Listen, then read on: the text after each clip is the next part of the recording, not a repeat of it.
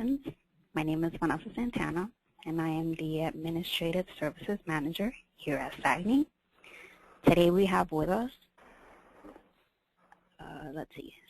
Today we have with us David M. Fellman, and he is going to talk about networking in the 21st century.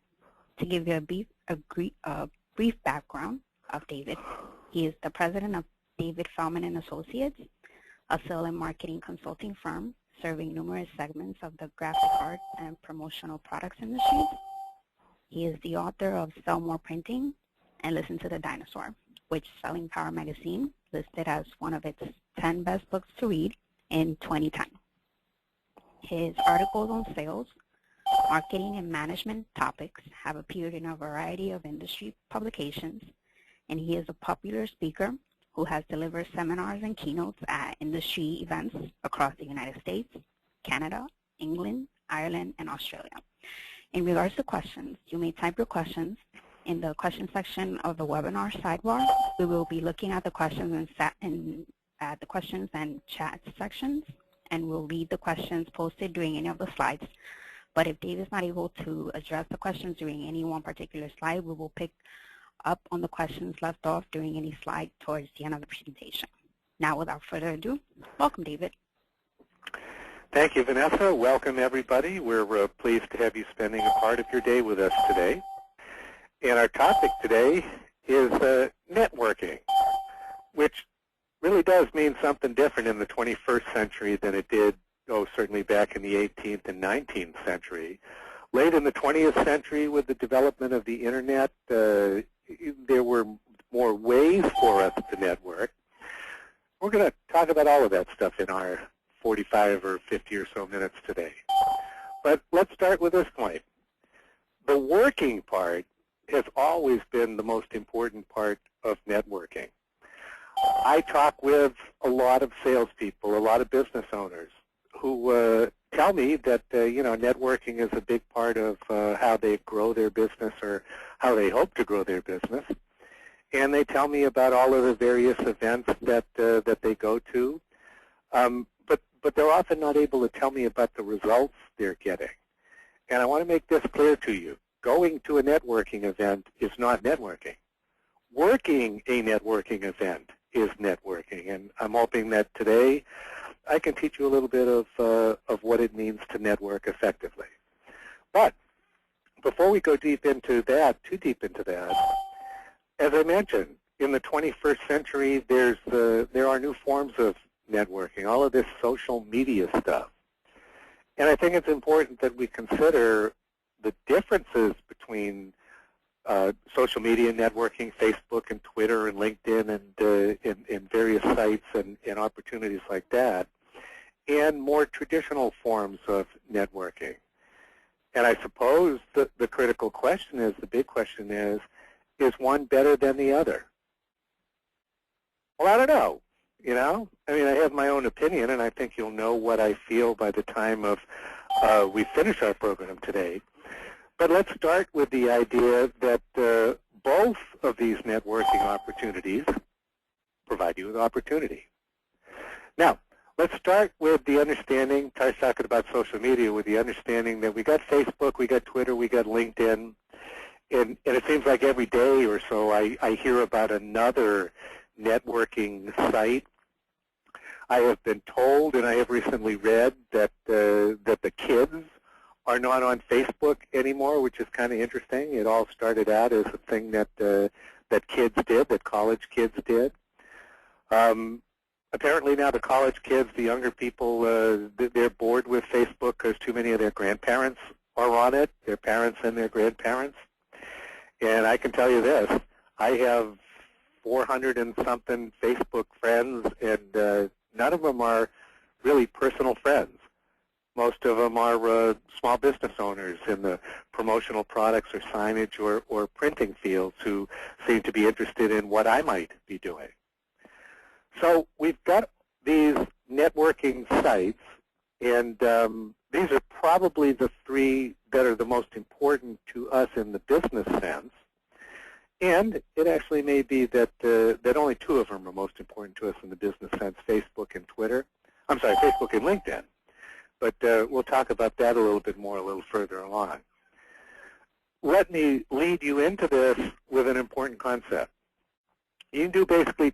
things with any of these social media sites, those social media opportunities. You can either be a projector or a receiver.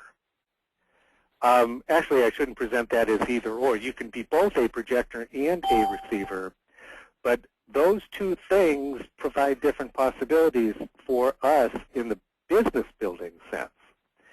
So let's start with Facebook, and let's start with the idea that as a projector on Facebook, you can post basically two things. You can post news, or you can post content. Now, posting news, I think Facebook's own terminology for it is a status update. So you can post the news that that you've arrived at a local pizza place. You can post the news that that you're on your way to call on a prospect or a customer. You can post the news that you just left a meeting with a customer and you made a big sale. You can post the news that you're going on vacation next week. It's pretty indiscriminate. You can post pretty much any kind of news that you want. Here's my question, though. Do your customers, and let's look beyond customers and look toward people that you're not actually selling to yet, your prospects. Do your customers and your prospects really care all that much about your news? If you have the sort of relationship that has gone beyond seller and buyer to the point where you really do have some friendship going on, where there's some common ground and uncommon interests going on, yeah, they might be interested in your news, but I'm not sure that they really are going to be. And let me back up a moment to those 400-something friends that I have on Facebook. I have turned most of them off of my news feed. I didn't unfriend them. I didn't take that step, but I just don't look at the stuff that that they post. And there's always the possibility on Facebook that even though you have a lot of friends and even though you're doing a lot of projecting, you're putting a lot of news out there, that people are going to decide that that they're really not very interested in it. So you don't get much networking value from that. The other element that that Facebook allows you is to post content. Now, what's the difference between news and content? News might be, I just made a big sale. Content might be a link to a case study about a situation where some company made interesting use of a promotional product. And I hope you know that these sort of case studies are out there in the marketplace. And you always have the opportunity to actually write them yourselves. In addition to the idea that you might post the news that you made a big sale, you might sit down someday and write a couple of paragraphs about, this is the application, this is the situation that that my customer told me about, and this is the promotional product that I recommended to them, and this is the result that they got from using the product that I suggested to them. Remember that what separates you, the thing that can separate you most from any of your competitors is the consultative nature of the promotional product sale. I mean, more than many other types of salespeople, you are asked to help the customer pick the right tool for the job, to pick the right product for the application. And the application might have something to do with their strategy, it might have something to do with their budget, it might have something to do with both of those things. We work in a huge industry with a huge breadth of products. It's enough to baffle many of us, let alone our customers. So what I'm saying here is there's an opportunity to use your expertise and others in the industry in the form of content. And I can tell you something. When I find somebody who posts interesting content, I don't hide their messages. I keep their messages up there. I often click to take a look at the content that that they are sending. And most importantly, from the sales perspective, when I do that, my thought process is this salesperson that that I'm friends with on Facebook, this person brings added value to the relationship. It's not just about they call me up on the phone and say, can I sell you anything today? They're bringing value. They're teaching me things about their industry and how I can use their products in my industry, in my own business. So as a projector, you can put news up there, you can put content up there. I hope that I've convinced you to be sort of content-oriented. And as long as you're putting up good content, you could probably also put up just fun news stuff as well, and people won't be turning you off. Now let's look at the other side of that coin, being a receiver on Facebook. What that means is really pretty simple. You get to look at what other people are posting on Facebook, your own Facebook friends. If you haven't turned off their feed, you will see what sort of things that they post, and that can be very interesting in terms of learning what they're interested in. And most importantly, do we have any shared interests? Do we have any common ground? It has been said that people buy from people they like, and that's largely true. More importantly, people buy from people they trust. I don't want you to ever lose track of that absolute truth. But we mostly like to buy from people we like too. If we trust them, if we like them, that's a good, solid combination. And one of the ways that you build that personal relationship is about talking about things that they are interested in. And it seems to work best if you could talk about something that they're interested in and that you're interested too. In other words, common ground and shared interest. You can also, by the way, and I hope that you know this, you can look up people on Facebook and maybe learn a lot about them before you actually become friends with them. It all depends on what sort of filters they have set up. But let's say that you've identified a company that you want to try and sell to. And then let's say that you've identified the person at that company that you're ultimately going to have to sell to. You could go on Facebook. You could search that person's name. You might find that person up there. And if they haven't filtered things, you might learn a lot about their interest, and you might even be able to see their list of friends. And that can be interesting, too, because that can show you whether there may be a network pathway to reaching them. If you looked at my Facebook page, for example, I don't think I've done anything in terms of filters, so I think that you could see my whole list of friends. And there are some promotional products distributors in there among my list of friends.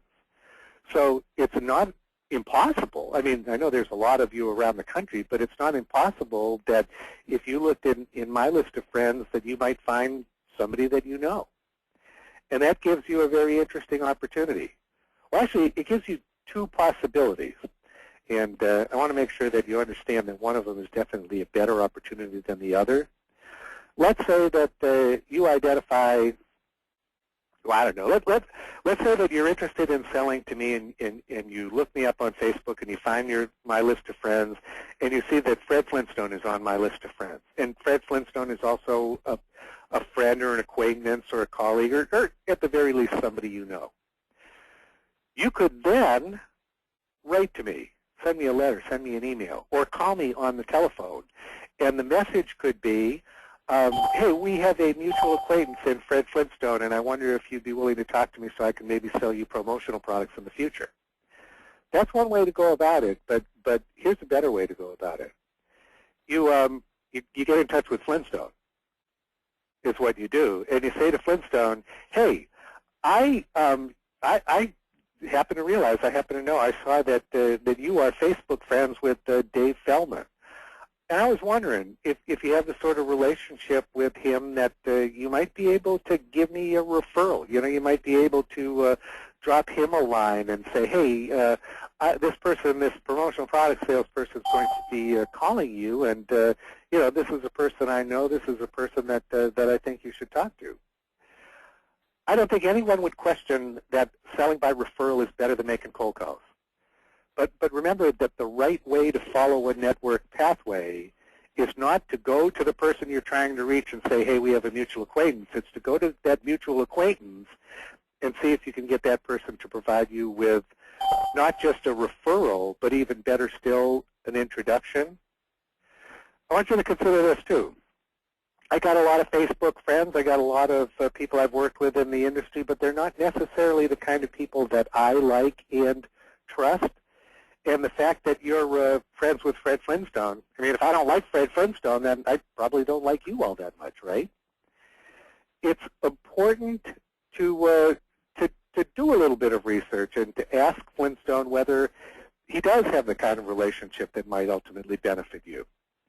So there's a lot of opportunity here. There's a lot of possibility here, but there's also, like in many things, there's a way to do it, a better way to do it, and the best possible way to do it. Now, let's jump over and talk about Twitter a little bit. In terms of being a projector on Twitter, posting on Twitter, we got exactly the same deal, news and content, and exactly the same relationship between news and content. Twitter as a receiver. Again, we got exactly the same situation that we have with Facebook. You can get on somebody's, you can follow somebody on Twitter. You can see what sort of other people they're following. It gives you some insight into shared interest and common ground and network pathways. I've never fully understood Twitter, and it seems to me that that what Twitter is best at or most used at or most used for is for celebrities to communicate with the rest of the world.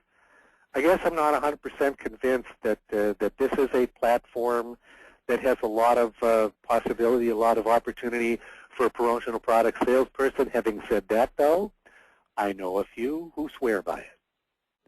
Now, let's talk about LinkedIn. LinkedIn is a little bit different because LinkedIn was designed for business. The whole idea is that LinkedIn is a business tool, not necessarily a social tool. So as a projector on LinkedIn, more than anything else, you have the opportunity to build your network. You can ask other people, people that you are interested in, to join your network. And then you're connected with them, and then you can communicate with them. Theoretically, you can communicate with them much easier if you're all in the same network. A caution, though. I get 60, 70 requests in LinkedIn every month from people who would like me to join their professional network. If I know them, or if they're in the promotional products industry or the signage industry or the printing industry, industries where I do a lot of work. If I know them or if they're in my industry, then I accept their invitation to join their networks. But if I don't know who they are, I don't accept their invitation. I think that it would be wise to build relationships with people and then ask them to join your network as opposed to the other way around, because I think many people are like me. They're not eager to add strangers to their network. And another thing that you have to consider here is that there's a lot of people who have joined LinkedIn, but they don't really participate in LinkedIn. So you could send them an email through LinkedIn asking them to join the network, and they never see it because they never go to the LinkedIn site. Now, another opportunity here. One of the I think smartest things that LinkedIn's developers did is they built in the capability for groups, and there's thousands of special interest groups on LinkedIn. There's special interest groups just for the promotional products industry, for promotional product salespeople to network a little bit. I participate in a variety of groups that are about sales management. So you have the opportunity to join in on these groups of like-minded people and contribute. You know, most of the groups are built around somebody asks a question, and hopefully a bunch of other people answer the question or respond to the question. Now, there's some obvious potential for you in joining a group of promotional product salespeople. Maybe you pick up some interesting product ideas or some interesting selling ideas. But in your local market, I'm pretty sure that that there are groups that might provide some opportunity for you. For example, I have a client who is very interested in the theater and in performance art. And she found in her town in Chicago, she found several groups that are about the performing arts and about the theater. So she joined those groups. They're not about promotional products. She joined those groups, and she participates. When somebody posts a question that she has some sort of an answer to or some sort of an interest in, she posts what she knows. She posts her opinions. And what seems to develop in this group, I mean, I'm in some groups that have several thousand members, but there's only 20 or 30 of them who participate all the time. But once those people, those people who do participate regularly, they start to recognize the names of the other people. And my client has reached out to those people offline, outside of the group. After participating in the group activities and answering questions and having dialogue for a couple of months, she sent these people what LinkedIn calls an in-mail. And the in-mail said something like, I hope you might recognize my name. We participate in the same downtown theater group on LinkedIn. And I feel like, we're similar sort of people. And I sell promotional products, and I was wondering if in your work you have any need for or interest in, or maybe if you could introduce me to the person in your company, who might handle my products. And she gets referrals this way. She makes connections this way. She gets referrals. I'm not the person, but here's the person you should talk to. I think that you might find the same sort of opportunity.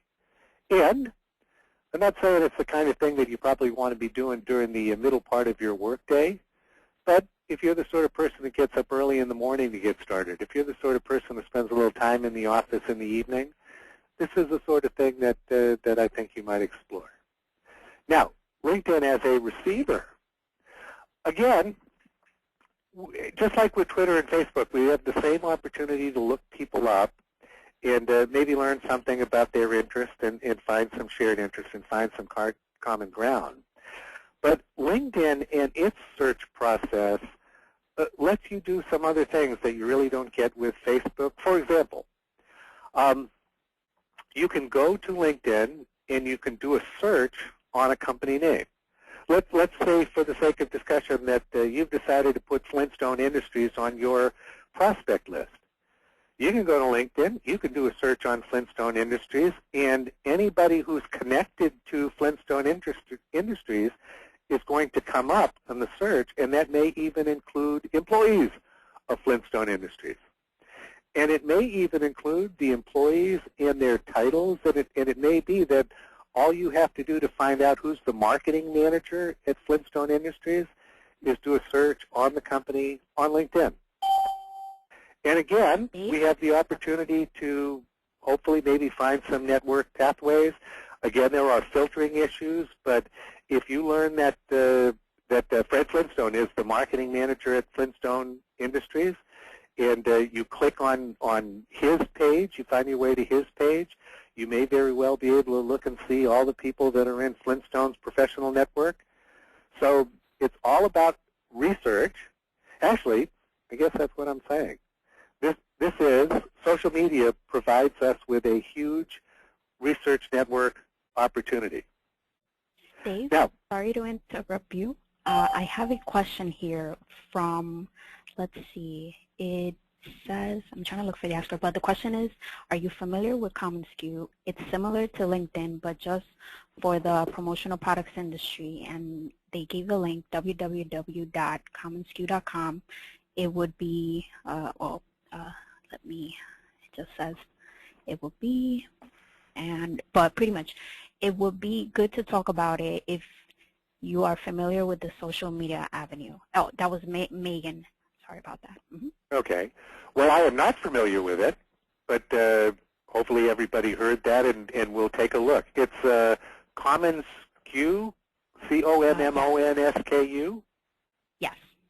Yeah, I would encourage everybody to take a look. Sounds like a social media networking opportunity directly for our industry. Thank you. Definitely. All right. one more thought I want to express about social media networking, and specifically the idea of posting news and posting content. You can post news about what you're doing, about what your company is doing. And I had an interesting experience last week. I was teaching a seminar, well, the week before last, I guess. Actually, I guess it was the week before the holidays. I'm a little confused here. But I was presenting a seminar, and one of the attendees walked up sort of toward the front of the room to take my picture. And I smiled, and after she took the picture, I said, I am curious where that's going. You know, why did you take my picture? And she said, I'm posting on Facebook that I'm at your seminar. And the news was, I'm attending a seminar on more effective selling today, and I hope to come back and share with you some of what I learned. So, you know, it's interesting. She's posting a little bit of news to her friends and some of her customers. So think about this for a minute. Is what she was doing there really networking, or was it advertising? Personally, I think much of the opportunity as a projector through social media is not networking. It is advertising. And I think that's a good thing because it's not very expensive advertising, is it?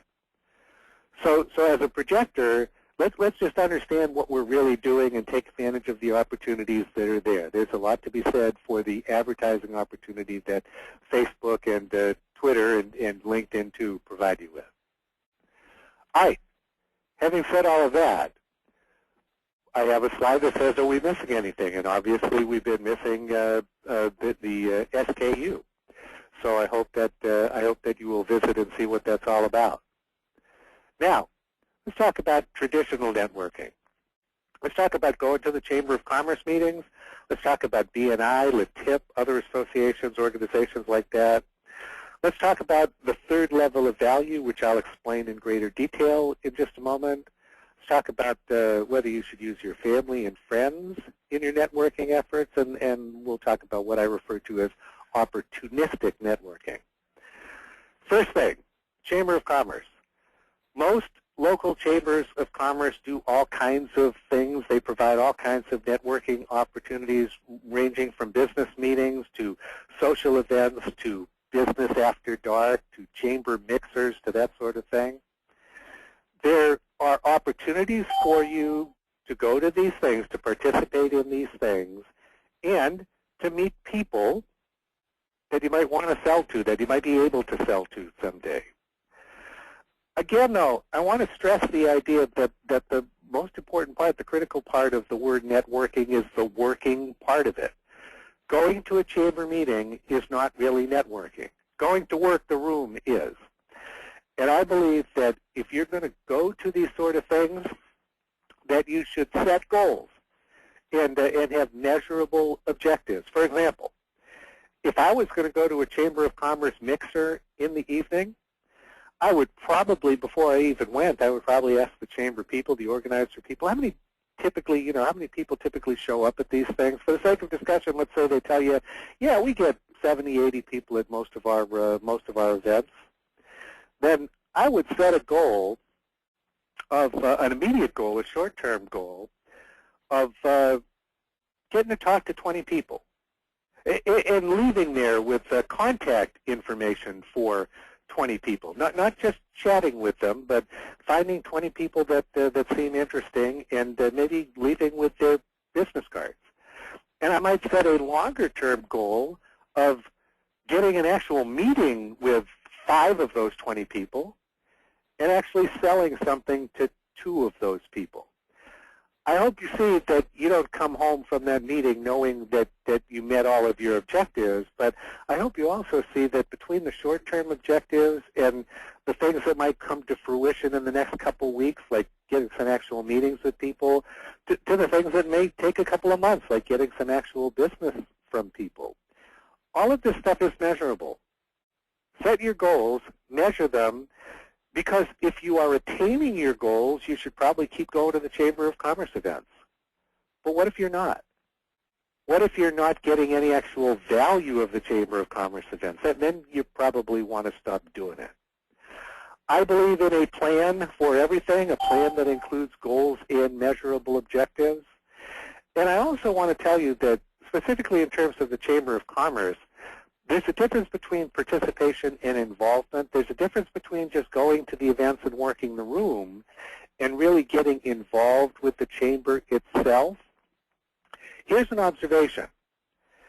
The people that seem to get the most benefit out of the Chamber of Commerce actually get involved in the leadership of the group. They join committees. They take part in things. So the involvement that they have with other members is on a little bit different basis. It's not just chatting at a networking event. It's working together, toward one or more of the chamber's goals. And those sort of things help people to build relationships that very often lead to getting some business together. Now, you have to be concerned with how much time something like that is going to take. I actually told one of my clients not too long ago that he's spending too much time being the chairman of a Chamber of Commerce committee. And he said, well, I committed to be on the committee. I committed to be the chairman of the committee. I have to take however much time it takes. So I asked him, if you had this to do over again, would you? And he said, no, I probably would not. So you got to be concerned with that sort of issue as well. I also want to mention this. When you go to a networking event like a chamber mixer, it is perfectly appropriate to ask somebody for their business card. It is very appropriate to say, hey, I would like to, talk about doing business together at some point. Would you mind if I called you next week? How about if I call you next week? And if you're not the right person, maybe you can direct me to the right person. Can you give me your business card? I'll call you next week. Let's do that.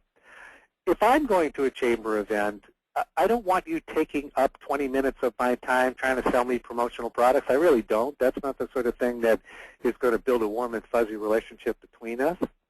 But if you want to talk to me for a couple of minutes and get my information to follow up later, that's perfectly cool with me. And then, if you want to continue a conversation about something that's non-business related, some common ground issue that I might enjoy more than listening to a sales pitch, that's okay with me too.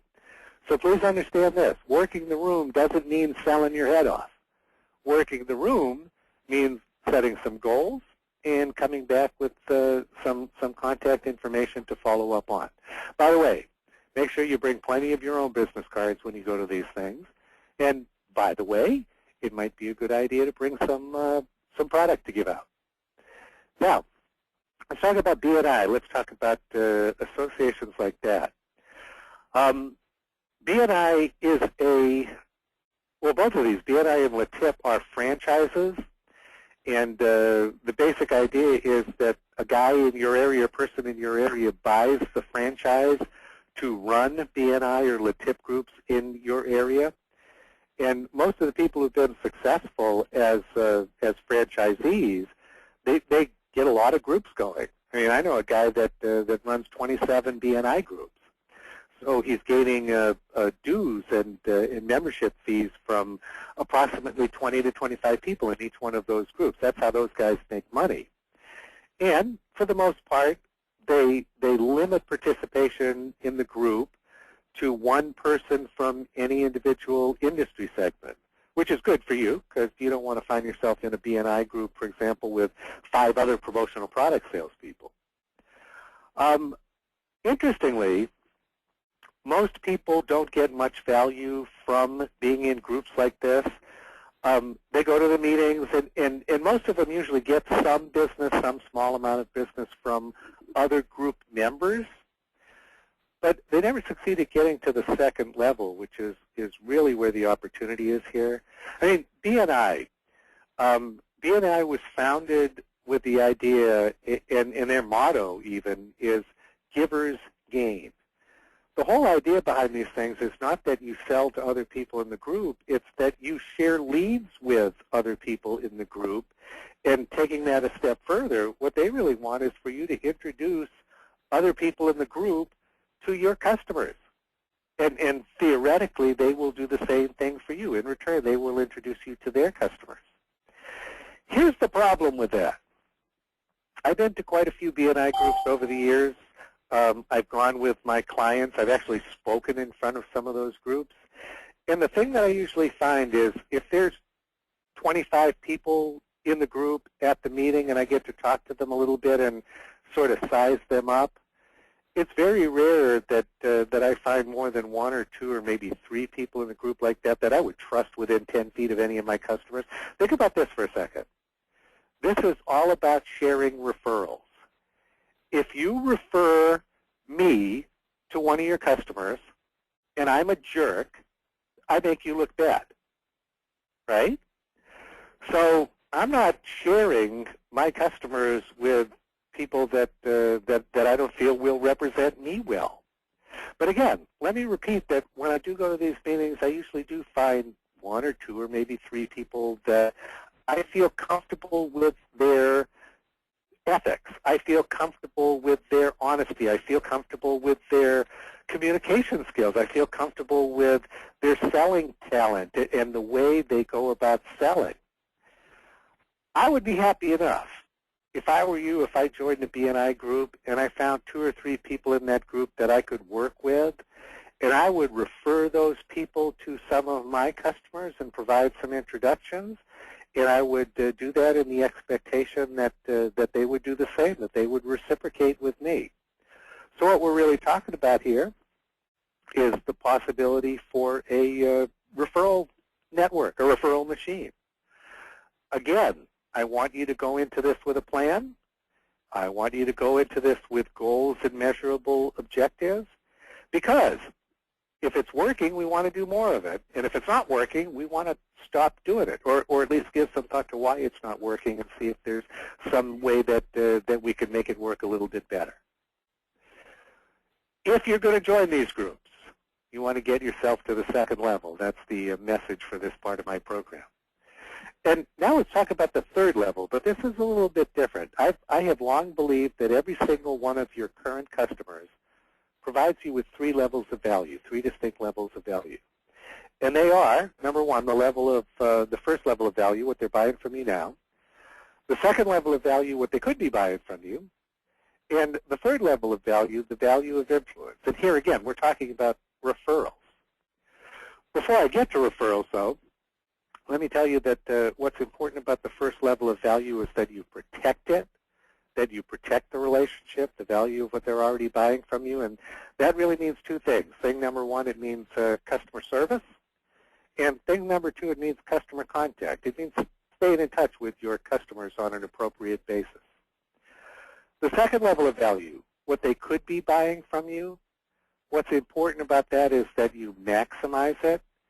And that's really a process of educating the customer. You know, here's something I want you to think about. If you and I sat down with your best customer, your favorite customer, your number 1 customer, the customer you've been doing business with the longest, and if we asked them to make a list of all of the things that they could be buying from you, how complete do you think that list would be? Me personally, I don't think it would do much more than scratching the surface of the breadth of our product line. So there's always an opportunity for you to educate your customers and make sure that they understand, yes, I sell this too, and this and that and the other thing. There's a whole bunch of things that you could be buying from me beyond the things that, that you already do, which, by the way, thank you for your business. On to the third level of value, the value of influence. What I'm basically saying here is that networking with current customers is about asking your current customers for referrals. Here's the most important thing that you should consider before you ask a customer for a referral. Number 1, you should consider that you're asking them for a favor. So number 2, you better consider whether they owe you a favor or whether your relationship justifies a favor, or whether they might be in the mood to do you a favor. I went out on a sales call with one of my clients. This was a couple of years ago. This was at some point back. And on our way, as we drove to the meeting, I said, "What's your goal for today?" And he said, "Well, I'm hoping to ask her for some referrals." And I said, "Okay, that's interesting. I like that idea." But we went to the meeting, and the first thing that came up in the meeting was that the customer was a little bit upset because there were some issues with the order that had been delivered the week prior. There were some issues that hadn't been solved yet.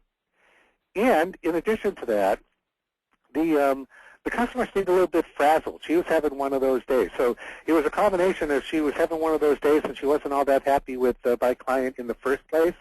And he went ahead and he asked her for referrals. And if you could have seen the look on her face, I think you'd have known exactly why this was a bad idea.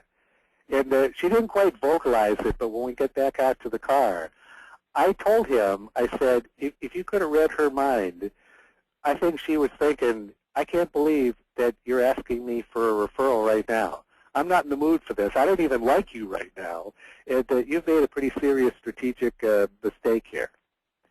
Anyways, it's a good idea to remember that asking for a referral is asking for a favor. If it's justified, by all means, go for it.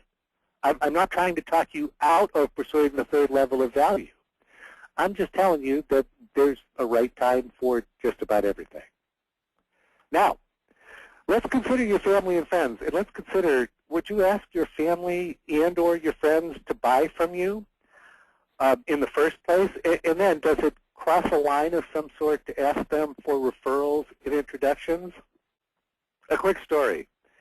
I was in Australia some years back, putting on a seminar talking about asking friends to buy from you and asking friends for referrals. And I was talking about this like I thought it was a really good idea, which, by the way, I mostly do think it's a really good idea. But they looked at me like I was from a completely different planet, let alone a different country on a different continent. And I realized from their body language that they weren't connecting with what I was saying. So I stopped and I said, what's going on here? You know, I see your faces. You're not buying this idea. Tell me what's going on here. And one of them said, it might be the difference between Aussie culture and Yank culture, but here in Australia, you don't ask a mate to do business with you. You don't ask a mate for something like that. If they want to, by all means, we'll do business with them, but you wait for your mates to come to you rather than going to them. Here's what I think. I think that's a sad cultural difference if it's really true down there. Because I don't think there's anything wrong in general with asking family and or friends to buy for you or to provide you with referrals and introductions. Well, how about if we agree on this? This should be done on a case-by-case basis. You know, you should ask yourself, is it a good idea to ask Cousin Fred for a referral or to ask Aunt Sheila to buy from me? And if it is, go for it. Pursue it. And if it's not, okay, at the very least, you've given some thought to whether something's a good idea or not, and you've taken advantage of the opportunities that are there, even though sometimes there really wasn't an opportunity. All right, opportunistic networking. So this promotional product salesperson walks into the bar. I hope you recognize, I guess some of you recognize, certainly anybody who's my age recognize that this is the start of a pretty bad joke. But it dulls me a little bit. This promotional product salesperson walks into a bar and sits down at a stool. There's 3 or 4 other people sitting around the bar. And one of those other people looks up and says, you look like a salesman. Tell me, what do you sell? One possibility is that the salesman says, I sell promotional products. Do you need any? And I'm not sure that that's the way that I would want you to behave. But if somebody were asked a question like that, you might say, well, that's an interesting question. Do you want the long answer or the short answer? Picturing a bunch of people sitting around a bar, maybe in the afternoon, maybe somebody says, give us the long answer. So, all right, this would be an invitation for the promotional product salesperson to say, well, I sell a broad range of products. We call them ad specialties or sometimes promotional products. And, well, let me ask you this. When you go into the bank and you're writing out a deposit slip, do they have like a pen there with their name on it? Or looking around the bar here, you know, do you see all these things here that have the Budweiser logo on them? Yeah, this is the sort of thing I sell. I sell a wide range of products that companies put their logos on, and it's, you know, it's all about building the brand. It's all about helping them to market their products more effectively. Now, you get involved in a conversation like that, and maybe somebody might say, yeah, you know, I have a job, you know, and I'm the guy who orders that stuff for my company. That's really kind of interesting. The point I'm trying to make here is that while I don't want you to be the kind of lunatic sales jerk that latches onto everybody and tries to sell everybody something, I don't want you to be that person, but I do want you to be a person who pays attention and takes advantage of a legitimate opportunity when it does arise. It might happen at a social event, not a networking event, but just a social event. It might happen at a family event. It might happen when you're it might happen when you're waiting with a whole bunch of other parents to pick up their kids after school or a soccer game. You know, there's opportunity out there, and the great salespeople, they take advantage of legitimate opportunities. They don't push the opportunities. They're not pushy and obnoxious. But if there's an opportunity to talk to somebody that might lead to doing some business later on, they take it. And again, remember what I said about networking and Chamber of Commerce functions. It's probably not appropriate to have the sales conversation at that event, but it may be perfectly appropriate to get some contact information and arrange to follow up later on. All right, closing thought, finishing point. There's a lot of opportunity for you in what is referred to as networking, but please remember that the working part has always been the most important part.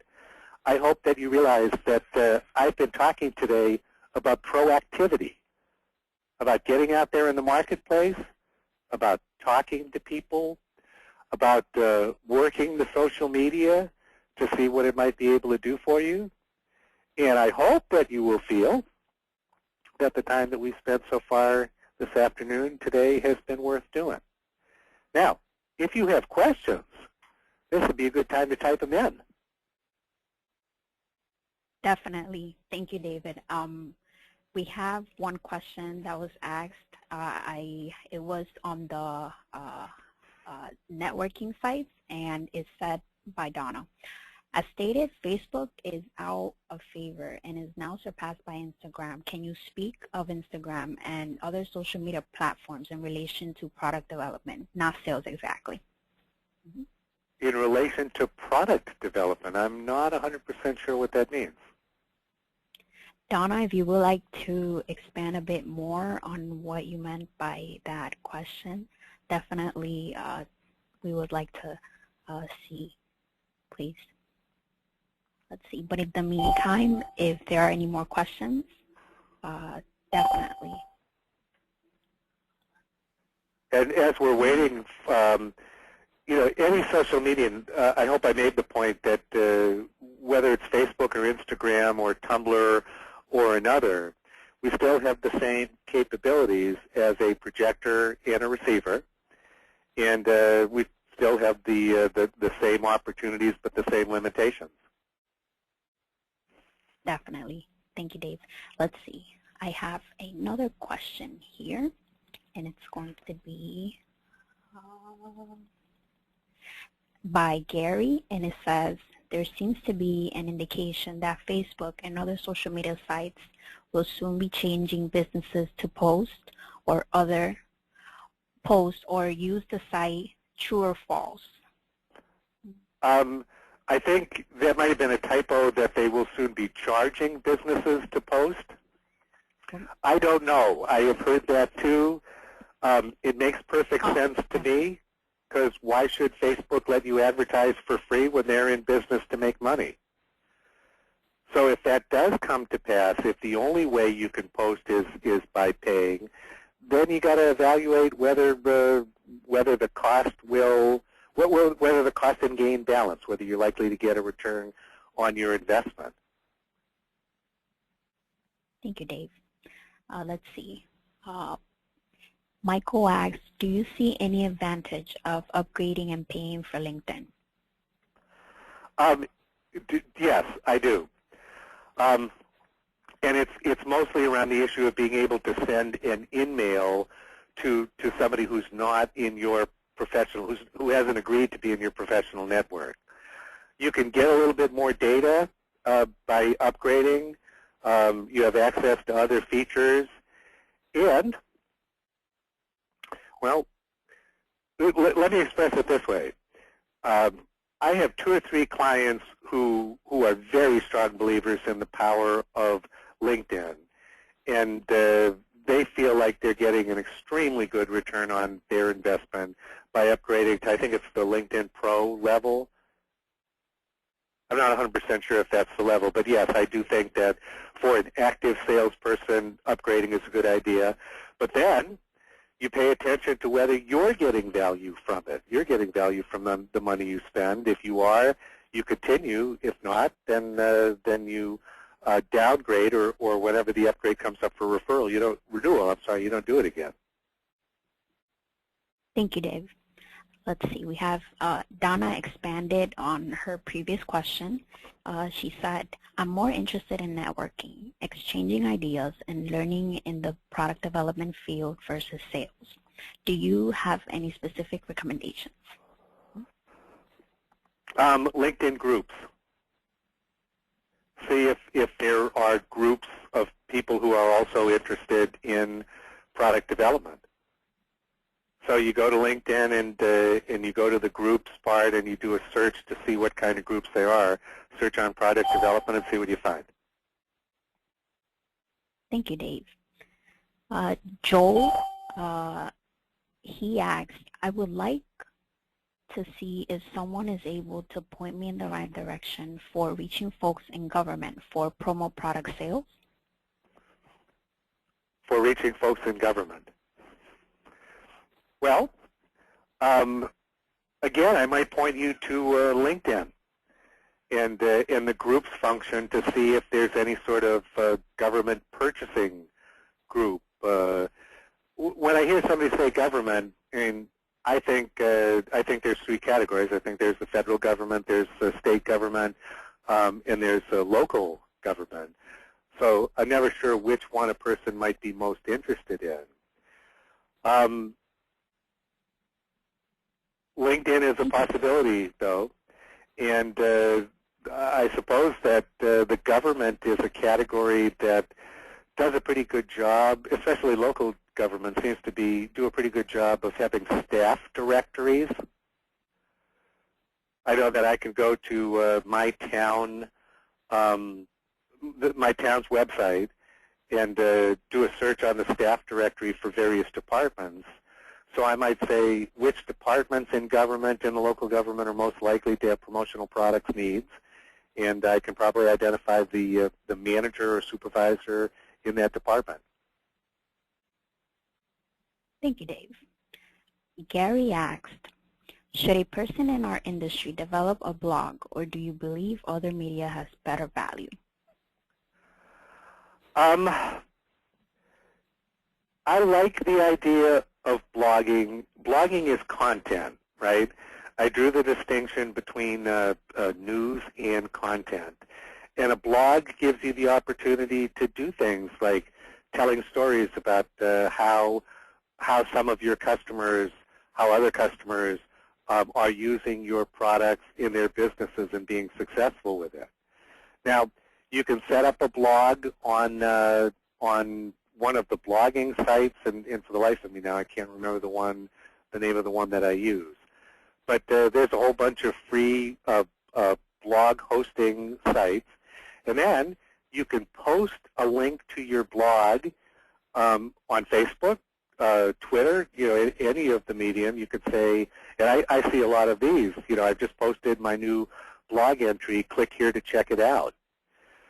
I like the idea of making content available to people. I especially like the idea of sharing your knowledge with them. That's a big part of the way that a promotional product salesperson brings value to a relationship. So yeah, I like the idea of blogging. Thank you, Dave.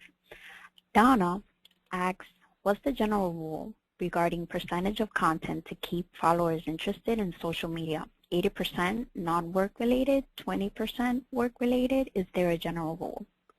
If there is a general rule, I don't know what it is, but I think 80% content, 20% news would work for me. Thank you, Dave. As of right now, there are no more questions. If there are more questions, we are definitely, let's see.